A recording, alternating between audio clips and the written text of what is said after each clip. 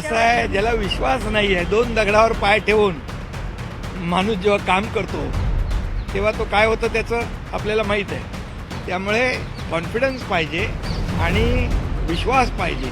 विश्वास गमावलेले लोक असं काम करतात. सर, जर उपराष्ट्रपती पदाचा उमेदवार विश्वास गमावलेले लोक असं काम करतात. एकीकडे बघा, खऱ्या अर्थाने आता कुणाशी चर्चा चालू आहे आपल्याला माहीत आहे, आणि कुणीही लोकशाहीमध्ये एकत्र येण्याचा अधिकार आहे, आघाडी युती करण्याचा अधिकार आहे ज्याला त्याला. त्यामुळे आमचं त्याच्यावर काही म्हणणं नाही. परंतु कुठंतरी म्हणजे एका दगडावर पाय ठेवला पाहिजे. परंतु काही लोक विश्वास गमावल्यामुळे दोन दगडावर पाय ठेवून असतात. जनता शून्य आहे, ये पब्लिक है, सब जानती आहे. आणि लोकसभेमध्ये, विधानसभेमध्ये लोकांनी त्यांची त्यांना जागा दाखवलेली.